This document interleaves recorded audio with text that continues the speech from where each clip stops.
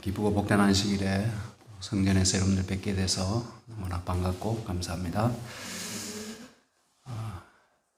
또 가정에서 방송으로 또 참여하시는 우리 성도님들께도 안식일에 평안과 기쁨이 충만하시기를 간절히 바랍니다. 오늘 우리가 함께 나눌 말씀은 신명기 24장이 되겠습니다. 이 신명기 24장을 좀 준비하면서 하나님이 하나님의 백성에 대한 관심이 참 크다, 또 너무나 자세하다라고 하는 그런 생각을 하게 되었습니다. 누군가가 관심을 가지는 것이 부담스럽습니까? 아니면 감사합니까? 특히 하나님께서 우리에 대한 관심이 지극하시다라고 하면 그것은 감사한 것이 됩니까? 아니면 부담이 됩니까? 우리가 하나님의 관심이 참 얼마나 자세하고 얼마나 큰가 하는 것을 오늘 말씀을 통해서 좀 발견하게 되셨으면 좋겠습니다. 첫 번째 말씀은 이혼에 관한 말씀입니다. 그래서 지금 계속해서 신명기에 나오는 말씀은 하나님께서 허락하신 땅에 들어가서 하나님의 백성이 살 때에 주신 말씀들이거든요. 필요한 말씀들을. 그래서 하나님께서 당신의 백성들이 언약의 땅에 들어가서 어떤 삶을 살기를 원하시는지, 또 하나님이 가증하게 여기시는 것은 무엇인지, 또 하나님께서 강조하시는 부분은 어떤 것이 있는지 우리가 공부하고 있는 것입니다. 이것을 오늘날 우리의 시대에 맞게 적용하는 것은 우리의 몫이 되겠습니다. 그래서 이것은 어떤 원칙에 관한 문제이고 어떤 문자적인 적용에는 아마 좀 여러 제약이 있을지 모르겠습니다. 그러나 하나님의 뜻은 분명한 것 같습니다. 1절과 2절에 있는 말씀 보시면 사람이 아내를 취하여 데려온 후에 수치되는 일이 그에게 있음을 발견하고 그를 기뻐하지 아니하거든, 이렇게 되어 있습니다. 어떻게 될까요? 이거 결혼, 이거 뭐 물건 바꾸듯이 물릴 수도 없고, 아내를 취하여 데려온 후에 수치되는 일이 그에게 있음을 발견하고 그를 기뻐하지 아니하거든. 더 이상 그를 기뻐하지 아니하거든. 여기서 중요한 것은 제가 빨간 글씨 표현했는데요. 수치되는 일이 뭔가요? 뭘 것 같습니까? 수치되는 일이 중요하잖아요. 뭐 칠거지약, 조선시대에는 뭐 여자들의 칠거지약에 대해서 얘기를 했는데, 뭐 심지어는 남편한테 대드는 것도 칠거지약에 들어갑니다. 우리 집사님들은 좋은 시대에 태어나셨습니다. 예전 조선시대는 남편한테 함부로 대들었다가는 소방받게 되고 참 그런 시대가 있었는데, 여기서 수치되는 일은 뭘까요? 예? 아기를 숨겨놨을 수도 있다고요? 기발한 생각이신데, 예, 그 당시에 모르겠습니다.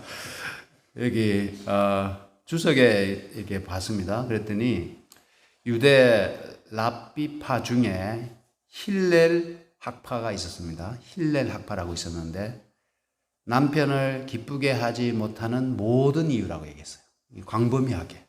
남편을 기쁘게 하지 못하는 모든. 그러니까 뭐 코에 걸면 코걸이가 되고 귀에 걸면 귀걸이가 될 수 있는 그런 식으로 해석을 했고, 또 다른 학파인 샴마이 학파는 여자의 간음을 이야기했습니다. 여자의 간음을 수치되는 일로 해석을 했습니다. 또 칼빈은 아내의 부족함, 조금 추상적이죠. 아내의 부족함. 뭐 거기는 요리를 못하는 것도 들어갈 수도 있고, 뭐 하여튼 이게 조금 굉장히 추상적이기 때문에 그냥 아내의 부족함으로 얘기하고, 또 병도 들어간다 이렇게 봤습니다. 또 랑게라고 하는 신학자는 아내의 육체적 결함, 뭔가 같이 살아보니까 육체적으로 굉장히 문제가 있는 겁니다. 뭐 허약하다든지, 뭐 어떤 간질이 있다든지, 뭐 하여튼 그런 여러 문제들이 있을 때 그것을 수치되는 일로 봤습니다. 그런데 이것이 참 정답은 없어요. 이게 도대체 무엇이었는지. 만약에 수치되는 일이 간음이었다고 하면은 우리가 앞에서 공부한 것처럼 그 간음을 했을 경우에 그 여자는 어떻게 했나요? 지금까지 공부한 것은 돌로 쳐 죽였잖아요. 근데 이 수치되는 일이 간음은 아니었던 것 같아요. 간음에 대한 규정은 이미 있으니까. 그래서 그 간음 이외에 어떤 아내의 수치되는 일이 있어서 남편이 그를 기뻐하지 아니하거든. 이 기뻐하지 아니한 것도 조금 추상적이지만은 아마 더 이상 살고 싶지 않을 때 이렇게 보여집니다. 근데 이 말씀 자체가 상당히 남성 중심적인 것 같고 참 여성들에 대해서 하나님의 어떤 의지나 뜻이 아니라 그때 당시에 그 사회에 자주 있었던 일을 하나님께서 그 풍습 어떤 관습 그 자체를 무시하지 아니하시고 사람들의 그 인습 가운데서 그나마 결혼의 신성성을 지키면서 또 약자인 여자를 보호하기 위한 방안으로 하나님이 주신 말씀입니다. 하나님께서 그냥 남자 편에 서 가지고 남성 중심적으로 여자를 그냥 버려라 이혼증서 주고 더 이상 데리고 살기 싫거든 이혼증서 줘서 내어버리라 이렇게 말씀하실 리는 없잖아요. 하나님께서. 그래서 그때 당시에 만연한 사회의 어떤 인식 가운데서 그런 일이 있거든 가정입니다. 있거든 이혼 증서를 써서 그 여인을 집에서 내어보내라는 겁니다. 그냥 소방 많은 여자를 그냥 아침에 그냥 빈손으로 쫓아 버리지 말고 반드시 이혼 증서를 써서 그러니까 공식적으로 합법적으로 이혼을 한 다음에 집에서 내어보내라 이렇게 말씀을 하십니다. 그래서 그 이혼을 합법적으로 이혼하도록 그렇게 말씀하셨습니다. 그 여자는 그 집에서 나가서 다른 사람의 아내가 되려니와 이 말씀은 뭔가요? 그 여자에게 재혼의 자유를 허락한 겁니다. 이 여성을 보호하기 위한 목적이죠. 비록 어떤 한 남자에게 사랑받지 못했다 할지라도 그 여자가 사회적으로 낙인을 지켜서 영원히 그냥 가정을 이루지 못하고 살기를 하나님이 바라지 아니하시고 그 여인이 다른 남자와 결혼할 수 있도록 그렇게 허용하게 하셨습니다. 그래서 이 재혼의 자유를 주셨다는 겁니다. 그 다음에 또 이어지는 말씀은 근데 이 여인이 결혼을 했는데 또 재혼을 했는데 그 두 번째 남자도 그를 미워하는 겁니다. 아마 여자에게 문제가 좀 있긴 한 것 같아요. 그럴 경우에 이혼 증서를 써서 이 두 번째 남편도 그냥 내보내지 말고 이혼 증서를 써서 자기 집에서 내어보내라. 또 혹은 두 번째 남편이 재혼한 남편이 죽었을 경우에 이 여인은 어떻게 될 수 있는가 하는 겁니다. 자, 그 다음에 파란 글씨 한번 보시면 그 여자가 이미 몸을 더럽혔은 즉 그를 내어보낸 전부가 그를 다시 아내로 취하지 말지니. 이제 이 부분이 핵심이거든요. 앞에 부분도 뭐 결혼의 신성함을 유지하기 위해서 하나님이 말씀하신 것이고 그 다음에 이혼 증서를 반드시 손에 쥐어주라 이렇게 말씀하신 부분인데 그 모든 내용들은 결국에는 여자가 이미 몸을 더럽혔은 즉 그를 다시 전부가 그를 아내로 맞아들이지 말라고 말씀하셨습니다. 이 일은 여호와 앞에 가증한 것이라. 하나님이 가증한 것을 엄청 싫어하시잖아요. 그래서 여호와의 가증이 여기는 일이라 하는 것은 반드시 피해야 합니다. 내 하나님 여호와께서 너에게 기업으로 주시는 땅으로 너는 범죄케 하지 말지니라. 그 땅을 더럽히지 말지니라. 그러한 부도덕을 행함으로 그 땅을 더럽히지 말지니라. 이렇게 말씀하셨습니다. 자, 이 말씀 가운데서 오늘날 의외로 꽤 많은 재혼 가정이 혼인 신고를 하지 않고 사실혼 관계로 사는 커플들이 꽤 많이 있습니다. 우리 교인들 가운데서도 여러 이유들이 있습니다. 그래서 자녀들이 조금 걸릴 좀 부담이 될 수도 있고, 그 다음에 재산 문제도 이렇게 좀 관련이 있을 수도 있는데, 그렇게 해서 사는 경우를 저도 봤어요. 그래서 장로님이신데 그렇게 재혼 상대인 집사님하고 사시는데, 저는 혼인 신고하고 그렇게 합법적으로 재혼하신 다음에 사시는 줄 알았는데, 나중에 보니까 사실혼 관계입니다. 또 그렇게 하시다가 안 맞아가지고 또 이 여자분이 집을 나갔어요. 또 한참 몇 개월을 밖에서 살다가 또 들어와서 또 같이 사는 겁니다. 자, 그래서 그게 이제 좀 문제가 되어서 교회에서 이제 좀 이야기가 나오고, 그렇게 해서는 안 된다고 이렇게 권면을 하고, 이렇게 해서 이분이 자기에 대한 그런 어떤 따가운 눈총이나 또 어떤 정죄의 말들을 듣기 싫어해서 다른 교회로 가는 것을 봤습니다. 그래서 이런 경우들은 우리가 용납해야 됩니까? 어떻게 해야 됩니까? 재혼인데 혼인신고 안 하고 그냥 같이 사는 것. 살아보고 안 맞으면 헤어지기 쉽게, 또 혼인신고하면 뭐 여러 가지 복잡하잖아요. 재산도 뭐 나눠야 되고 여러 해결해야 될 문제가 있는데, 어차피 재혼이니까 그냥 같이 마음 맞아서 살면 안 됩니까? 그냥 예배 간단하게 드리고 그렇게 살아도 됩니까? 안 됩니까? 네? 예. 그래서 이 말씀에 의하면 결혼의 신성함을 유지하기 위해서는 그렇게 해서는 안 된다는 겁니다. 또 여자를 내어보냈는데 또 막상 내어보내고 나니까 또 다른 사람하고 사는 거 보니까 좀 아까운 거예요. 근데 마침 그 재혼한 남편이 죽었대요. 다시 데리고 살고 싶은 겁니다. 그렇게 하지 말라는 거죠. 그래서 그것은 이 결혼이 장난도 아니고 하나님께 주신 결혼의 신성함을 해치는 것이기 때문에 결코 그렇게 하지 말도록 하나님이 말씀하셨습니다. 그래서 이 말씀을 조금 정리해 보면, 첫 번째, 결혼에 도덕적 신성함을 부여하기 위함입니다. 첫 번에 결혼한 남편에게로 다시 받아들이지 말라.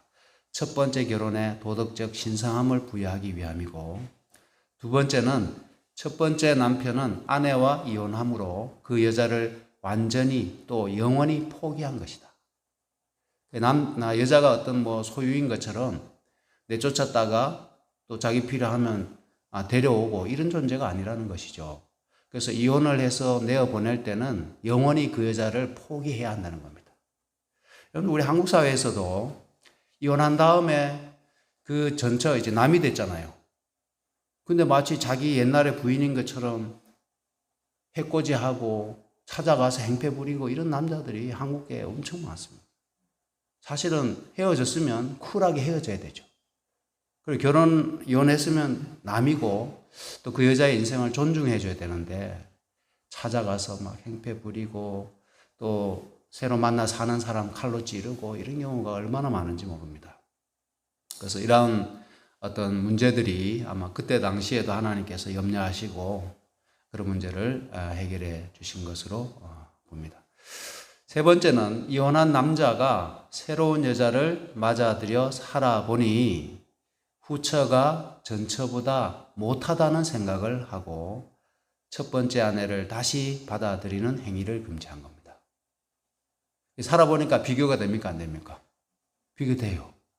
첫 번째 여자가 더 나았는데 후처하고 살아보니까. 그래서 다시 맞아들이고자 하는 것을 하나님이 금지하셨다라고 말씀하는 겁니다. 그래서 이혼을 고려함에 있어서는 경고망동이나 경솔함이나 감정적 충동에 의한 결정을 자제하도록 요구하시는 겁니다. 하나님께서. 그 여자와 헤어질 때는 신중하고 깊이 생각하고 정말 후회 없을 때, 그리고 완전히 포기할 자신이 있을 때 헤어지라고 하는 것이죠. 그렇게 함으로써 결혼의 신성함과 약자인 여자를 보호하기 위함이었다는 것입니다. 그 다음에 5절입니다. 사람이, 결혼과 관계된 말씀인데요. 사람이 새로이 아내를 취하였거든 그를 군대에 내어 보내지 말 것이요 무슨 직무든지 그에게 맡기지 말 것이며 그는 1년 동안 집에 한가히 거하여 그 취한 아내를 즐겁게 할지니라. 자, 이 말씀이 왜 필요한 말씀일까요? 왜 필요한 말씀입니까?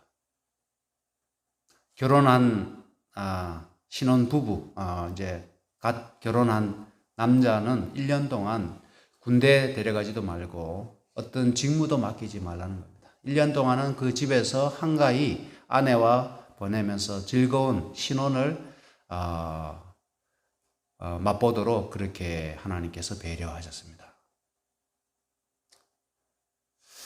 이 말씀은 어떤 병력 의무나 각종 공무에서 배제하라는 것인데 결혼 생활의 기쁨과 신성성을 보호하기 위한 사회적 보장이라는 겁니다.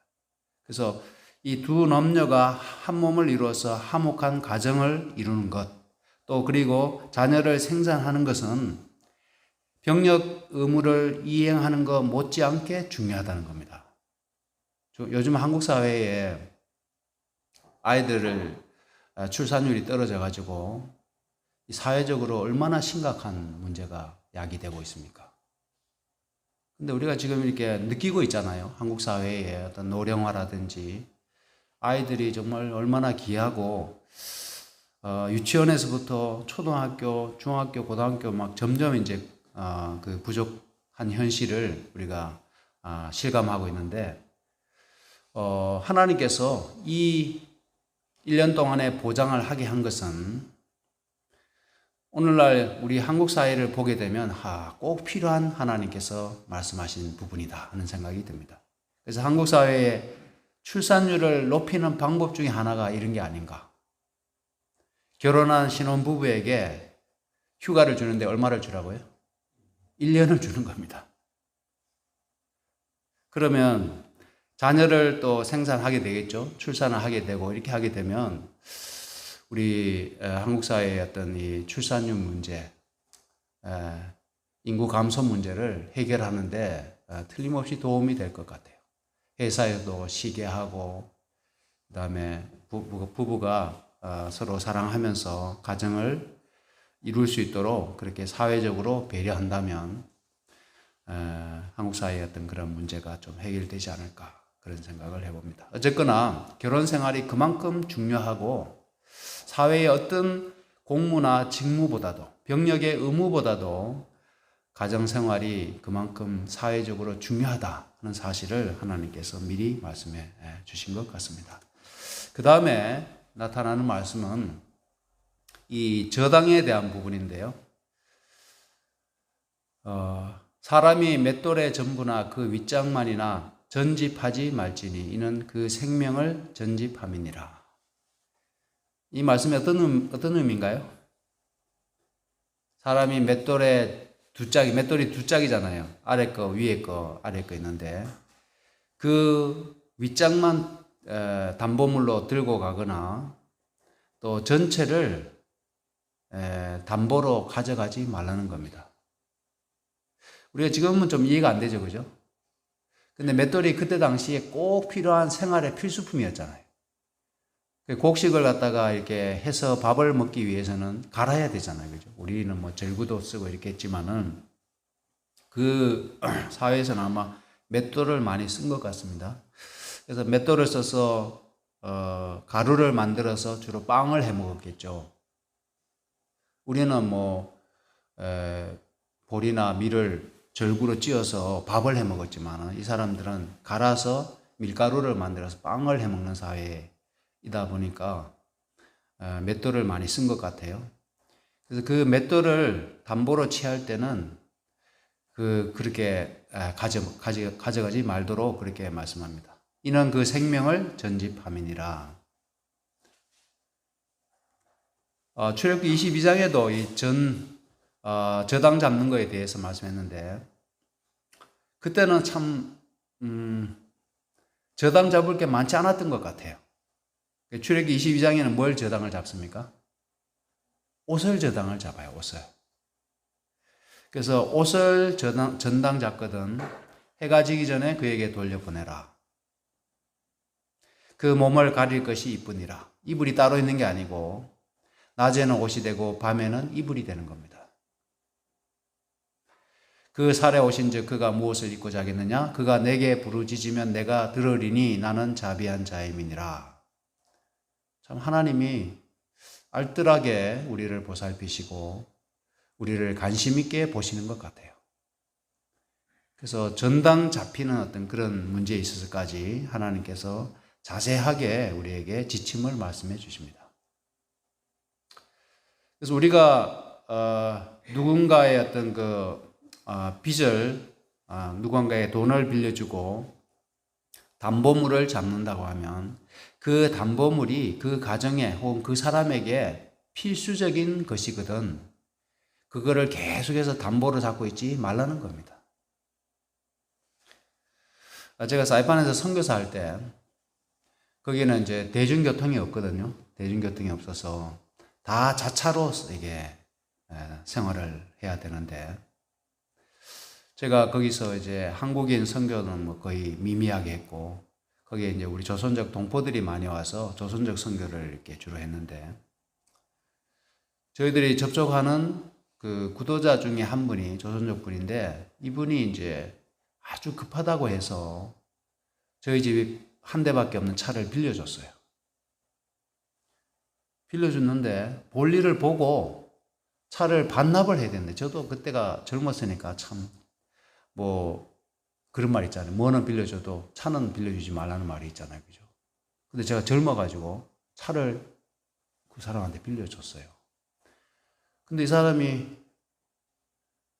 저녁이 되고 뭐 하루가 되는데도 차를 안 가져오는 겁니다.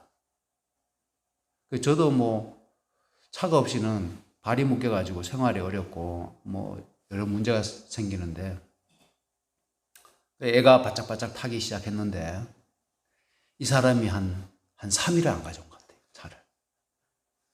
그래서 뭐 찾을 길이 없어요. 그래서 차를 훔쳐갔나. 이 사람이 믿고 빌려줬는데 이렇게 배신을 때리나 이런 생각도 들고 이렇게 하는데 마침 제가 마당 앞에 와 있는데 제 차가 쌩 지나가는 거예요. 창문이 열렸는데 저희 집 차가 에어컨이 안 됐거든요. 창문을 열고 딱 지나가는데 그 사람이 운전해서 저희 집 앞으로 막 뭐 제가 볼까봐 그랬는지 쌩 지나가더라고요. 그래가지고 이제 뒤따라 가가지고 차 서는 걸 봤어요. 그래 봤더니 제가 참 그때 조금 열을 받았어요. 열을 좀 받았는데 그래서 어제까지 차를 찾아왔습니다. 차를 찾아왔는데 뭐 이분은 제가 그분한테 담보로 그분이 저한테 뭐 담보로 가져간 것은 아니잖아요. 제가 그분한테 돈을 빌린 게 아니니까 그냥 선의로 빌려줬는데도 그 필수품을 반납을 안 하니까 제가 그렇게 어렵더라 하는 겁니다. 근데 어떤 빌려주고 이런 가운데서 전당 잡았을 때 그 사람에게 있어서 필수적인 것은 하나님께서 이렇게 말씀하셨어요. 하나님은 자비로우신 분이기 때문에 전당 잡거든 해가 지기 전에 그에게 돌려주고 그가 일단은 살아갈 수 있도록 배려하라 이렇게 하나님이 말씀하십니다. 그 다음에 10절부터 13절에는 참 저는 이 말씀 보고 감동을 받았습니다. 그 옛날에 우리가 섬기는 하나님이 어떤 분이신지 참 그분의 자상함이 이 말씀 가운데 배어 있습니다. 여러분 한번 잘 보십시오. 무릇 너의 이웃에게 구워줄 때에 너가 그 집에 들어가서 담보물을 취하지 말고 너는 밖에 섰고 너에게 꾸는 자가 담보물, 전진물을 가지고 나와서 너에게 줄 것이며 그래서 채권자가 채무자의 집에 가서 함부로 담보물을 취하지 말라는 겁니다. 그러니까 아마 자녀들이 지켜볼 수도 있고 가난한 자의 자존심이 짓밟힐 수도 있잖아요. 내가 돈이 있기 때문에 그 집에 함부로 들어가서 아무 물건이나 담보물로 가져오지 말고 돈 될 만한 거 그냥 내 마음대로 그렇게 취하지 말고 밖에 서서 기다리면서 그 사람이 내어주는 그 물건을 담보물로 가지고 오라는 겁니다. 그가 가난한 자여든 너는 그의 전진물을 가지고 자지 말고, 똑같은 말씀입니다. 해질 때에 전진물을 반드시 그에게 돌려주라. 그리하면 그가 그 옷을 입고 자며 너를 위하여 축복하리니 그 일이 너의 하나님 여호와 앞에 너의 뭐가 된다고요? 의로움이 되느니라. 그래서 우리가 의에 대해서 우리 인간의 행위가 의와 상관이 없다는 좀 잘못된 믿음이 있는 것 같아요. 그래서 하나님께서 의롭게 보시는 것, 여기도 너의 의로움이 되리라 이렇게 말씀했잖아요. 그죠? 그래서 믿음으로만 의를 말씀하는 게 아니라 성경을 자세히 읽어보면 가난한 자들이나 고아나 가부에게 한 선한 행위들을 하나님이 경건함으로 또 의로움으로 보신다는 사실을 우리가 기억해야 되겠습니다. 그래서 우리가 그냥 막연하게 관념적으로 추상적으로 의를 생각하지 마시고 우리의 일상생활 가운데서 이웃들을 대하는 가운데 나의 선한 행위가 나의 의로움이 된다는 사실을 우리가 여기서 알 수가 있습니다. 자, 7절부터는 또 굉장히 중요한 말씀을 하셨는데 사람이 자기 형제 곧 이스라엘 자손 중에 한 사람을 후려다가, 후리는 게 뭔지 아시죠? 납치하는 겁니다. 그를 부리거나 강제노역입니다. 판 것이 발견되거든 인신매매입니다. 그 후린 자를 뭐라고요? 죽이라는 겁니다. 하나님이 유괴와 혹은 납치, 강제노역, 인신매매를 얼마나 중대한 범죄로 보시는지를 알 수가 있습니다. 이같이 하여 너희 중에 악을 제할지니라. 우리나라도 여전히 우리나라 참 치안이 좋은 나라고 또 지금 이 대명천지에 아직도 인신매매가 있을까요? 없을까요? 우리나라에서, 우리 사회에 많이 있습니다. 우리 마산에도 여기 뭐 다방이나 뭐 이런데 요즘 우리 자주 가는 그런 카페 이런 데 말고 다방 같은 데 있잖아요. 다방 같은 데는 거기에 종업원들 중에 우리가 겉으로 볼 때는 멀쩡해 보이지만은 이런 깊은 범죄와 연루되어서 도망도 가지 못하고 거기서 노예처럼 살아가는 종업원들이 많이 있습니다. 한국 사회에. 그 사람들이 탈출을 못해요. 탈출하면은 금세 잡히고 또 저 섬이 많은 그런 해안 지방에는 흔히 그런 뉴스가 나오잖아요. 40년 동안 뭐 염전에서 강제노역을 했다. 아니면 뭐 새우잡이 배를 탔다. 뭐 이런 경우들이 자주 이렇게 뉴스에 나오는데 한국 사회에도 아직도 남아 있습니다. 근데 그 범죄는 우리 하나님께서 매우 심각하게 보시고 그런 악은 하나님께서 허락하신 땅에 하나님의 백성들 사이에서는 결코 용납하지 말도록 그렇게 말씀하셨습니다. 자, 그 다음에 나병에 대해서 말씀하시는데요. 너는 문둥병에 대하여 삼가해서 레위 사람 제사장들이 너에게 가르치는 대로 너가 힘써 다 행하되 내가 그들에게 명한 대로 너희는 주의하여 행하라. 너희가 애굽에서 나오는 길에 내 하나님 여호와께서 미리암에게 행하신 일을 기억할지니라. 이 말씀은 문둥병, 나병에 대하여 매우 주의하고 삼가하도록 그렇게 말씀하십니다. 왜냐하면 이 전염병, 이 질환이 그 공동체를 매우 약화시키고 붕괴시킬 수 있기 때문에 하나님께서 이 나병에 대해서도 언급하신 겁니다. 그래서 미리암이 지도자였지만은 그가 모세를 시기하다가 나병이 걸렸는데 어떻게 됐나요? 어떻게 처리가 됐습니까? 그가 지도자이기 때문에 이런 나병에 관한 규제에서부터 예외로 취급이 되었습니까? 아니면 그 역시 격리가 되었습니까? 격리가 되었잖아요. 격리가 되었습니다. 그래서 이 나병에 대해서 그가 왕이라 할지라도 그 누구도 예외 없이 7일간 진영 밖에 격리시키라는 말씀입니다. 그래서 이것이 사회에 매우 강력한 규범으로 자리 잡을 때 나병으로부터 그래도 그 공동체를 지킬 수 있게 되는 것이죠.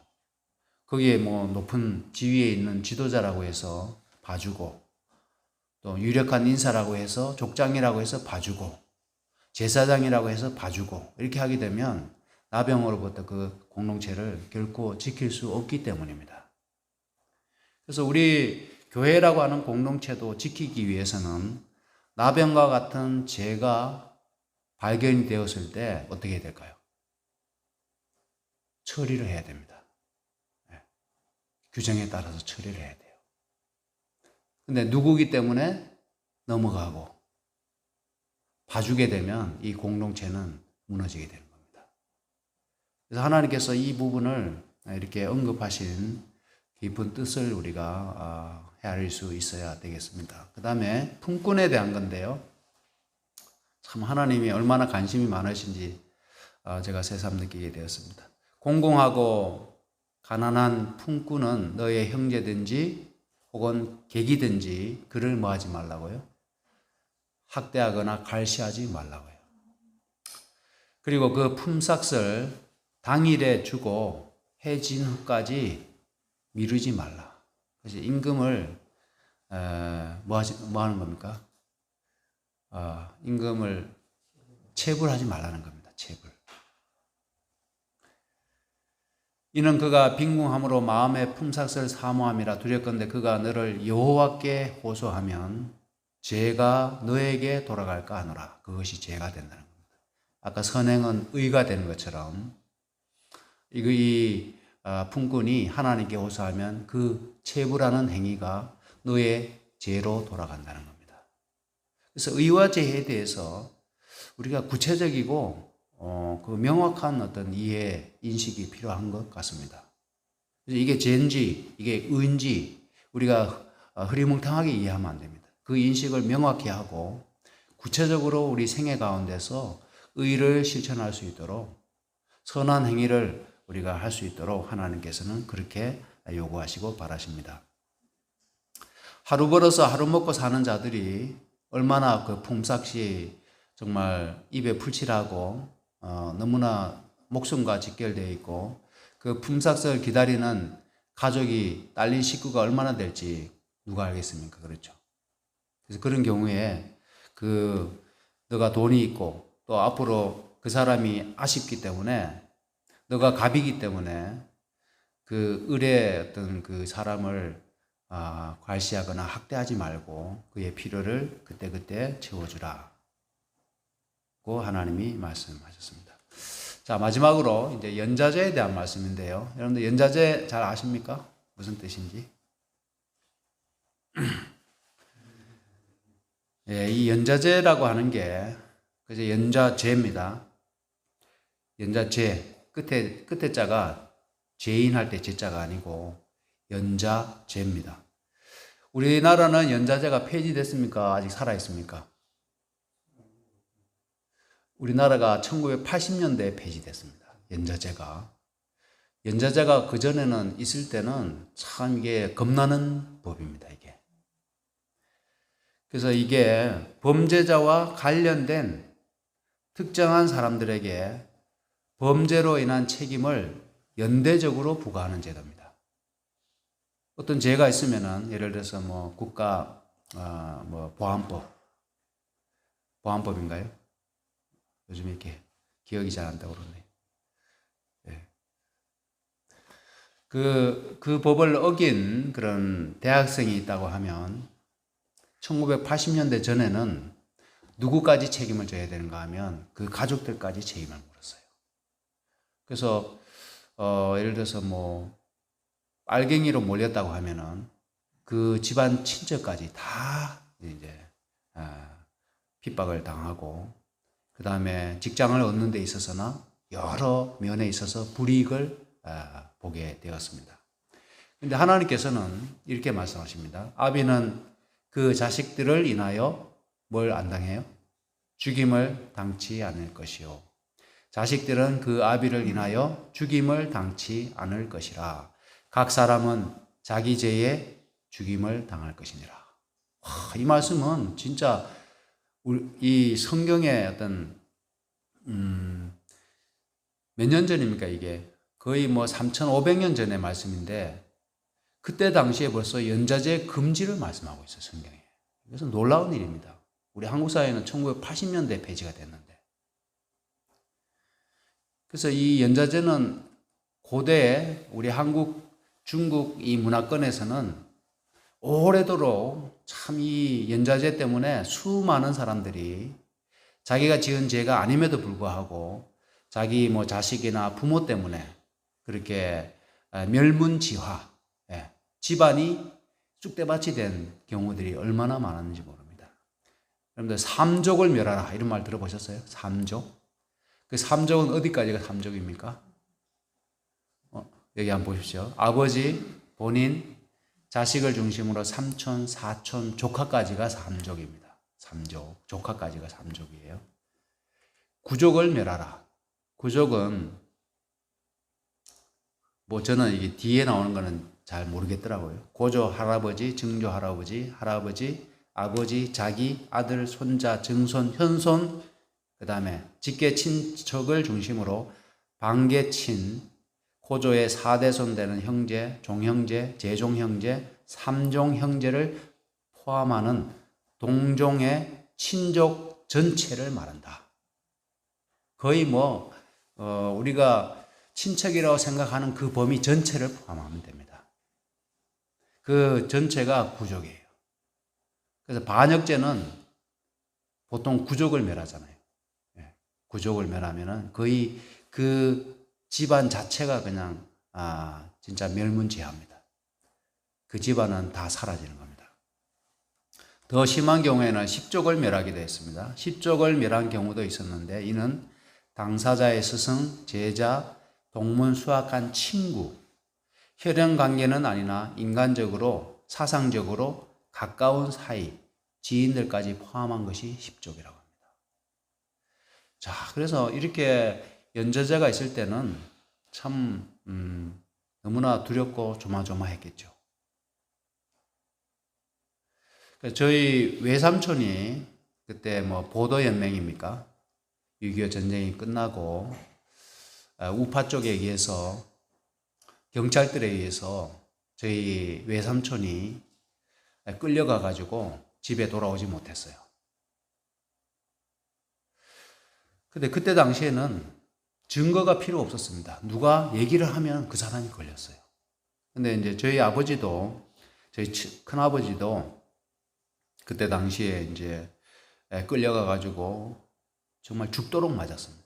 저희 아버지가 허리가 정말 얼마나 불편하셨는지 모릅니다. 근데 그 군대 가서 맞기도 했지만은 제대한 다음에 그때 뭐 보도연맹 사건 뭐 그거에 의해서 우리나라 경찰에 의해서 끌려가 가지고 그렇게 죽도록 맞았습니다. 맞았는데 왜 저희 아버지가 걸렸는가 하면 그때 당시에 이제 경찰들이 저희 마을에 쳐들어와 가지고 하필이면 바보 천치한테 물었어요. 바보 천치한테.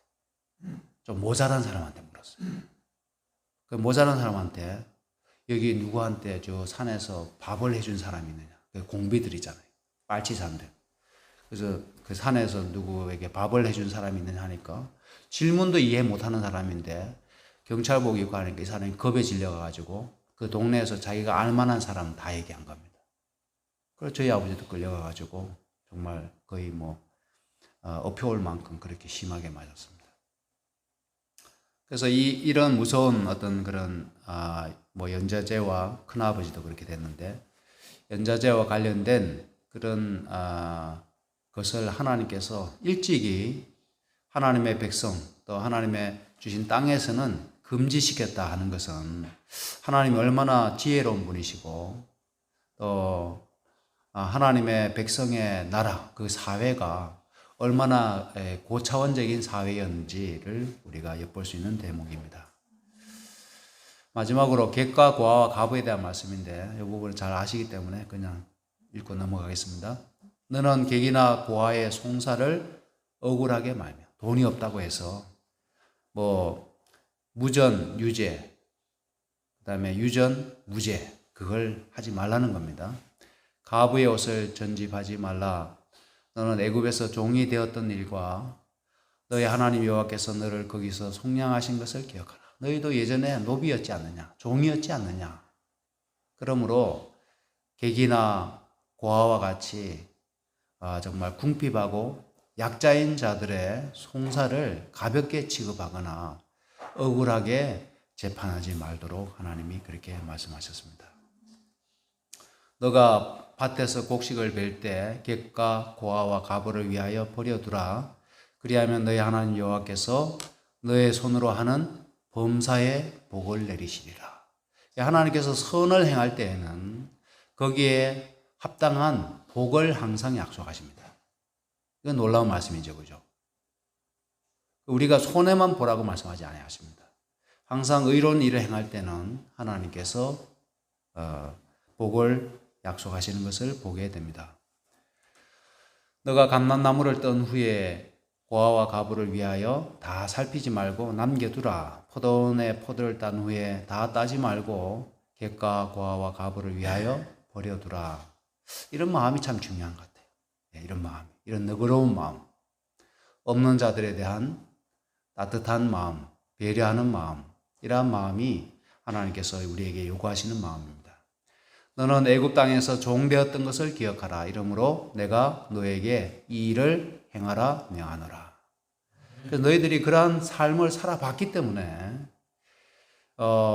개구리 올챙이적 때를 잊어버리잖아요, 보통 사람들은. 근데 너희는 결코 그렇게 하지 말고 너희들의 어려웠던 때를 기억하면서 너희가 사는 그 가나안에 들어가서는 객과 고아와 가부를 선대하고 그들을 위하여 따뜻한 인정을 베풀며 살도록 하나님께서 그렇게 말씀하셨습니다. 그래서 말씀을 마치면서 하나님이 우리에게 요구하시는 것들이 무엇인지 우리가 대충 이해가 되지 않습니까? 이것을 오늘날 우리 시대에 맞게 또 우리 형편에 맞게 잘 적용해서 하나님께서 기뻐하시는 우리의 의로움 또 하나님이 약속하신 복을 충만히 받게 되시는 여러분과 제가 되기를 바라면서 말씀을 마치겠습니다.